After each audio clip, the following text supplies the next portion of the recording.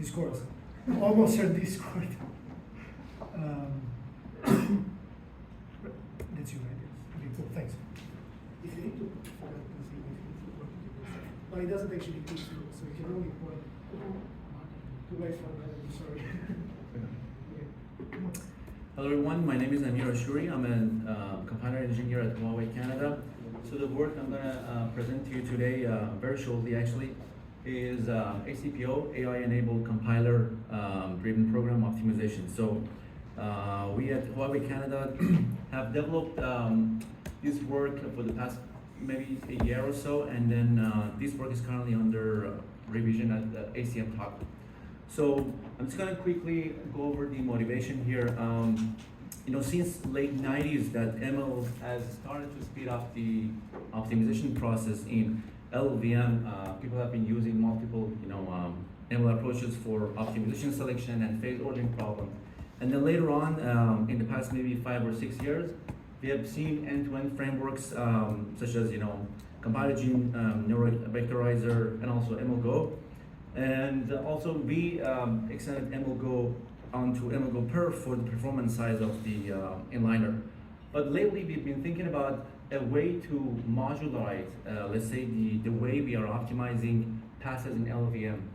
So by maybe providing an extendable framework to instantiate MLGO passes when compiler designer want to optimize passes, rather than us providing certain things and then a user will only use that. So we were mostly thinking about how we can add tools, libraries, and the way we can separate compiler from ML side, so that compiler engineers can generate and instantiate MLGO passes.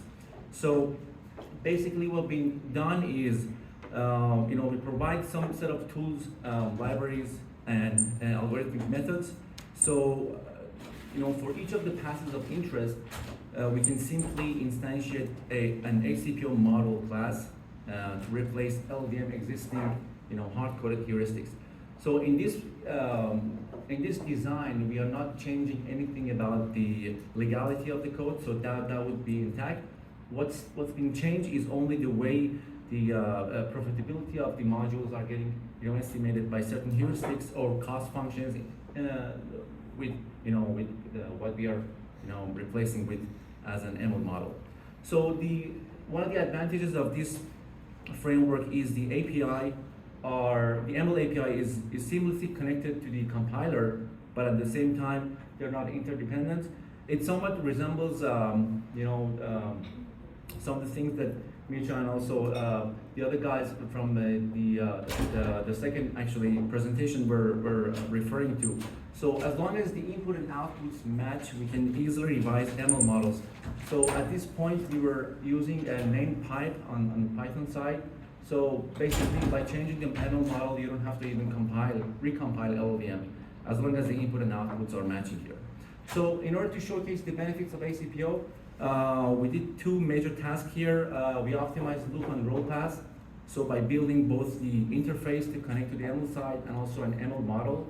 And for the second part, we've already built MLGO perf and ML model to optimize performance for inline. So in this case, we only leveraged that existing ML model, and we only provided the interface and the connections with the inliner. So we can showcase both. If you have an existing ML model that does work well on your case, you can just include that into ACPO and then just leverage it. So this is the high-level flow of the ACPO. So we can have multiple models. Like for instance, we have like model 1 and 2 here. So as you see, the ML APIs, the low-level ML APIs, and the high levels are like separated. And we can start by. So we have differentiated both cases for training and the inference side. So on a training, depending on the way you want to generate your data, for instance, in our case, we leverage AutoTuner. It's some sort of a fork of OpenTuner that is open source and available online. So by the definition of your problem or which path you are trying to optimize, you can start generating data, and then by leveraging that data, you have to collect some sort of features, depending on the passive optimization. And by applying the auto-tuner decision, you can actually come up with a data set of interest for your specific pass. So what's changed here on the inference side is the ML interface connects the pass of interest by ACPO model class to the ML side, and it does the classical way of inferring an ML model in machine learning. So it loads model, set features, run model, get the model output, and then release the model, and then go on to the next phase of the process. So you can have multiple models, maybe one model per each pass, and then by this way you can modularize the way LLVM interacts with any ML framework actually. So as an example, I brought up a code snippet here as a class of ACPO model. So basically it's a share pointer that starts the ML interface. It sets the required field. For instance, here we have a name and type ID, and then it gets an advice and then passes back to the class. So by getting the advice, it needs to have certain features for that, and then it sets those features when it collects the features. And basically, when we prepare model for the inference, we run the model as well. So for the case of the interface, so the class that connects every optimization pass to the ML side, so as I mentioned in the previous figure, so we have load model, free model, and all those routines that are needed for an inference. So let's have a look at the loop unroll class. So basically, what we need to change here is we leave the legality of the codes intact, and whatever we are trying to come up with a decision making, for instance, for loop unrolling is the loop unroll count and also the type. Is it runtime? Is it partial? Is it full? So by those, we just we invoke the ACPO model that does the call to the ML side and then gets the results, and then the rest of the pass will continue as before. For instance, here we call the loop unroll model LU here, and then we run the model, get model results, and then that object contains the count and also the type of the unroll. So where exactly, when we want to invoke that, we just have to inject these small lines of code. So this could be in any other pass that you are trying to optimize, and then it's gonna get the field that contains to the type and also the count, and then we just have certain checks that these are okay, it has been received, they are not null, and then we just apply the rest of the pass. In many cases, LLVM legality checks might just reject what we have proposed, but then on that case, it would just go back to this default value, and then the rest of the execution will continue.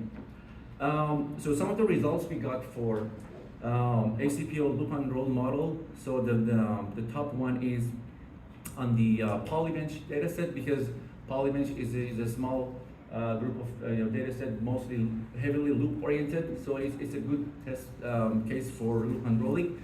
So you see, so we have the execution times for O3, the variation of those execution times. We run them multiple times to make sure they are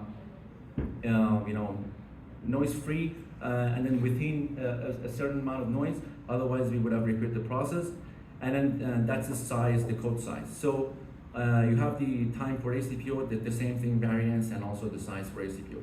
As you see as GeoMean, we had almost 4% speed up on Polybench. As a trade-off, we had to just increase because the loop unroll by in certain cases is gonna bloat the code. So we had like 10% code bloat by having 4% speed up. So we also deployed the model on multiple benchmarks that are larger to see if we can have the same benefit or some sort of a visible benefit on loop unrolling.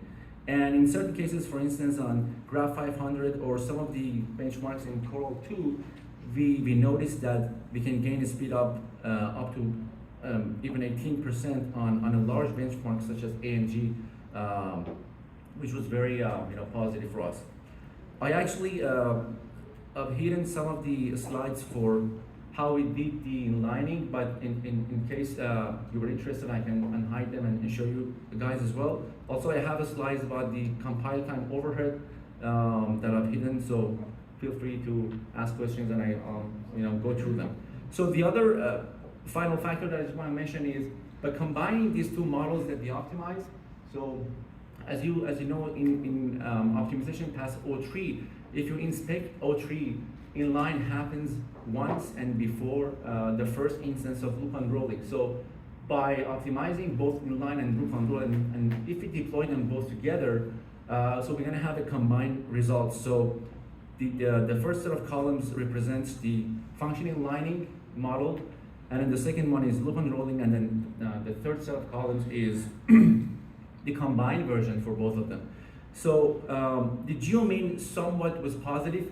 So of course they are not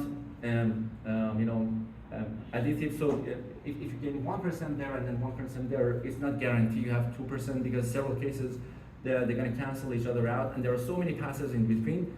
But on average, we noticed that we gain 2% speed up with the function inlining model. And on the case of C-bench, this is a different benchmark, 1% with the loop unrolling, because C-bench is mostly not heavily loop oriented, so loop unrolling doesn't have much effect at all. But combined model was an interesting aspect for us because we would gain 2.5% speed up. All right, so this is, I'm not sure if it's visible or not. This is the, I tried to generate both cases of one application. If I'm not mistaken, it was security SHA, and on the left side, so the left column is the sequence of actions done by ACPO, and on the right side are the sequence of actions done by O3. I had to just spend some time to just align them so it's kind of readable. So you see at the start here on top, when we invoke both of them, so we invoke the loop unroll here, right? So it's going to get the features, the number of features we define are static features, we design them, there are 30 features. So it's going to come out and then load the model and then come back to the result, and it says unroll this specific loop by 4. On the case of O3, because runtime unrolling wasn't activated by default, it would just pass on that specific loop. So we carry on and then apply the loop unroll. On the second instance, we have another loop, which is this one, and then another time we're gonna apply the load the model, get the inference, and then get the results, and then the results comes back at 8, right? So we go down the path, and then we have multiple other times of invocations. Also here is an instance of invocation of, let me see, which line is it? Yeah, this is the inliner here. So the registered feature for the inliner was 17, so it's going to do the same process because we are leveraging the same interface. And it's going to come back and come up with a decision to inline that specific call site. Whereas on the right side, on the O3 side, because of the cost versus threshold, it would ignore to inline that call site. So finally, when we generate the binary on this specific case, it was interesting for us because on each of those cases, by applying loop unrolling itself or function inlining itself, we wouldn't get the aggregated result of 50% speed up. But when we combine both models, you see the execution times went down from 8 seconds to almost like 5 and some changes. So it was an interesting case for us. I repeat the results by forcing runtime unroll on for the case of O3 to be quite fair, but still after forcing those runtime unrolling, they were still at 25% behind ACPO version. And I mentioned them in the text of the paper, which is, as I mentioned, currently under revision. So I'm just going to wrap up the slides here, and then so that we can have some sort of a question and answer. But in general, we try to just bring ML into compiler for compiler engineers. We provide the ability to reproduce models on different architectures, and we lay out a methodology that we believe it's going to be simplifying the process of optimizing passes.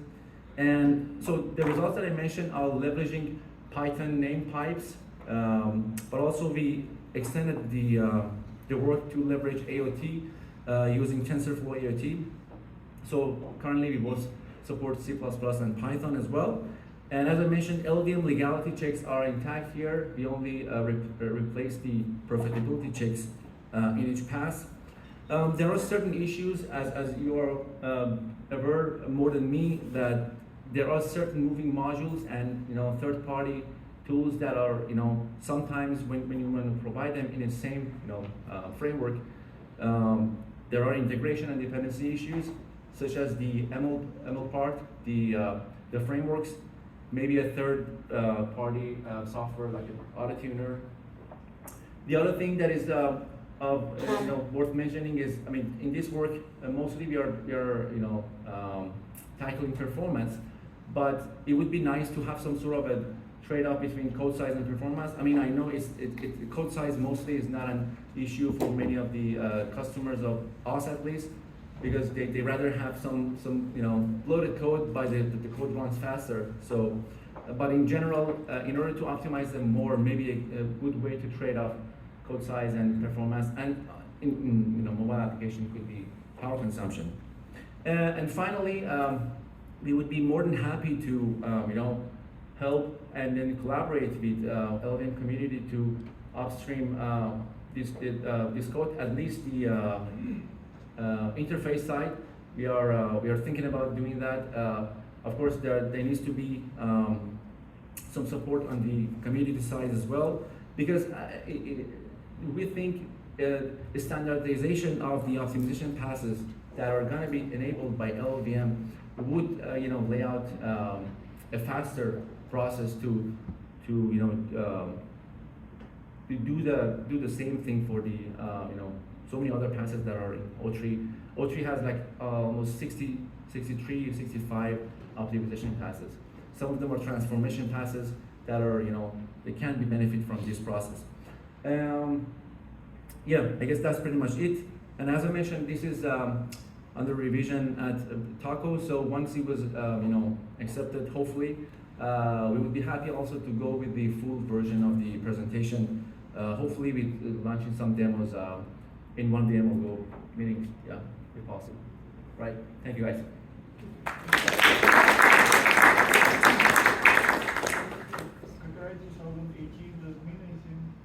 Oh no, this is just the template, the slides for, yeah. I should have maybe changed it to 2003, 23. Sure, yeah. So really interesting talk. Thank you. I'm sorry if I missed it. I couldn't understand what your training, where you're getting your training data set from. Right. For loop unrolling, Yeah. presume you're training against something that says this is a good loop unroll and this is bad. Could you just clarify where you were getting that? Yeah, so mostly we generate our training data in a supervised mode. So like we start by leveraging with some sort of design space exploration, and then we define certain strategies, and then using the auto-tuner, which is somewhat an open tuner, because if you're familiar with open tuner, you can control the code region of optimization. So you can just apply certain values for certain loops at certain granularities. So once you find good candidates, you can just use that training data and then leverage it in any way you want, right? Yeah. Thank you. Yeah, so for cost modeling, when you're training and stuff, are you using the higher to perf model that you were using in MLGO perf paper? Yeah, for the case of the function inlining of lost Yes, this. this is the part that I was ready to. Yeah. He's still presenting and we lost the. No, you want the presentation. Okay. Oh, So we try to showcase two ways of leveraging ACPO. So in the case of loop unrolling, we build the model from scratch. But in the case of function inlining, we leverage MLGO perf model. Yeah. Well, for the cost modeling, For the cost model of MLGO perf? Yeah, well, so what, like, so I'm assuming for function inlining, you're still using the MLGO for cost model. No. So then what do you, just runtime or? So both cases actually are our performance models, right? So it's the higher to back that was in MLGO perf or something new? No, so, okay, so loop and roll pass, okay, actually let me, hopefully I can go back and hide some of these.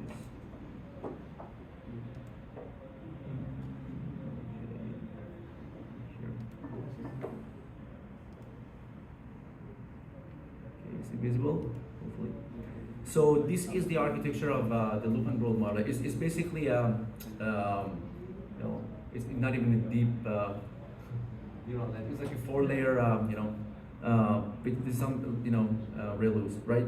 So these are the handcrafted features we leverage. There are 30 handcrafted features. We've been going through multiple versions of, you know, generating features, and then once we had the training data that we were interested in, like you start running auto-tuner for multiple rounds, right, depending on the budget, and then you find certain optimization, certain speed up, So and then it's you a train a model. supervised. Yeah. So So the loop and rolling model is a supervised version. MLGO perf for the function inlining was the reinforcement learning. Okay, and then, so with the framework, so from what I like understand about like your framework that you're demonstrating, a lot of the components are like somewhat available in upstream LLVM.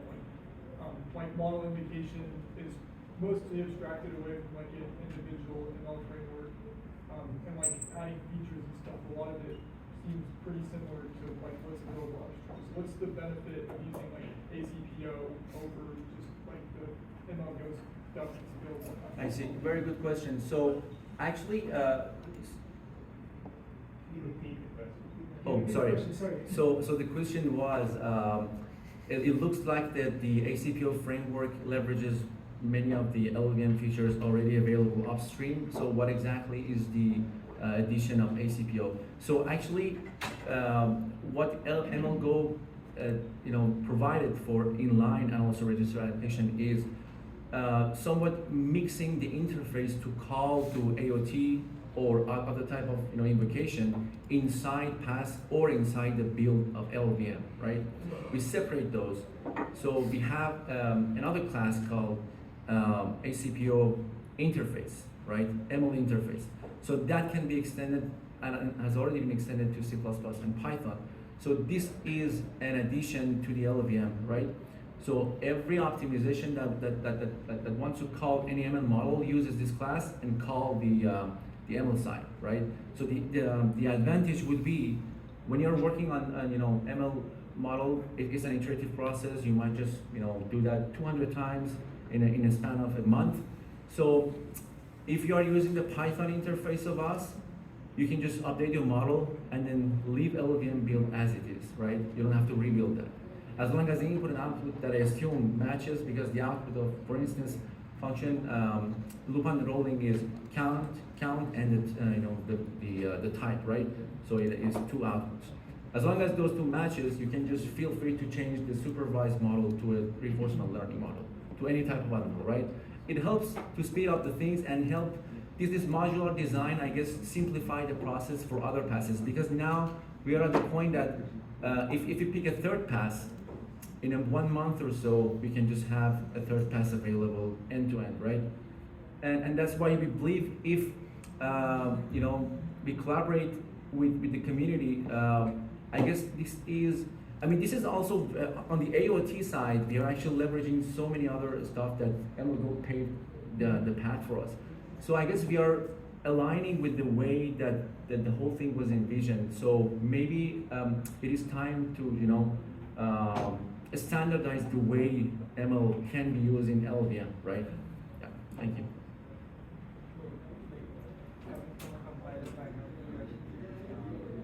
Let's say if you have a realistic attitude to take these paths, if you already take your model up, is the expected next step to retrain the model? Like, should that be a part of the process? Or? Sure. Like So if you're talking about the inference path, everything would remain the same. You just change the model and then just override the existing model. That would be all. Everything on the LLVM side would remain the same, right? I still don't understand, like, so, ML model runner, like, is an abstraction. So what's the difference with ML model runner, which is the abstraction that we currently use to, it's pretty much the same thing. Yeah. So I guess we just Can you repeat the question? yeah. Sorry. No, I guess the question was what exactly is the distinct differences of ACPO with MLGO, right? No. So specifically the interface ML model runner, like it's in LLVM, it's in analysis. Yeah. Yeah. So okay, let me just find that here.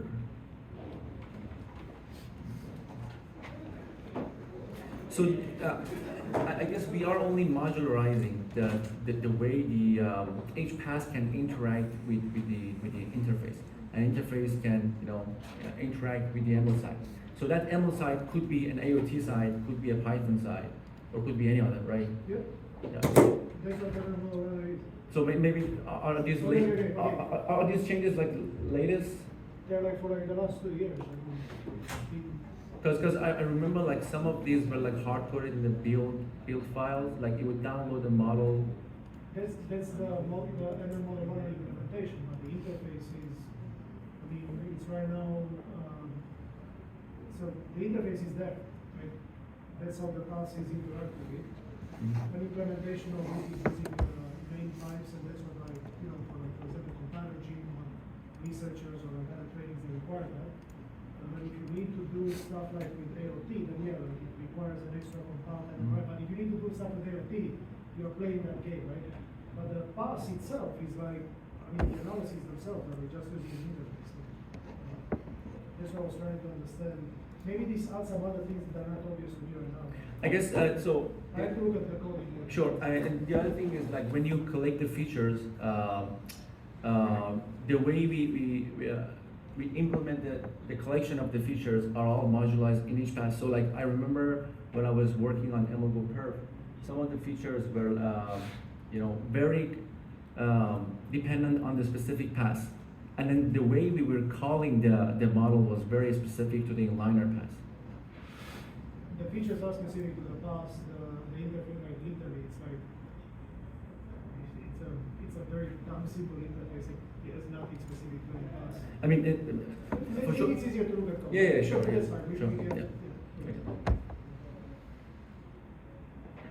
Any other questions? If not, we can take a minute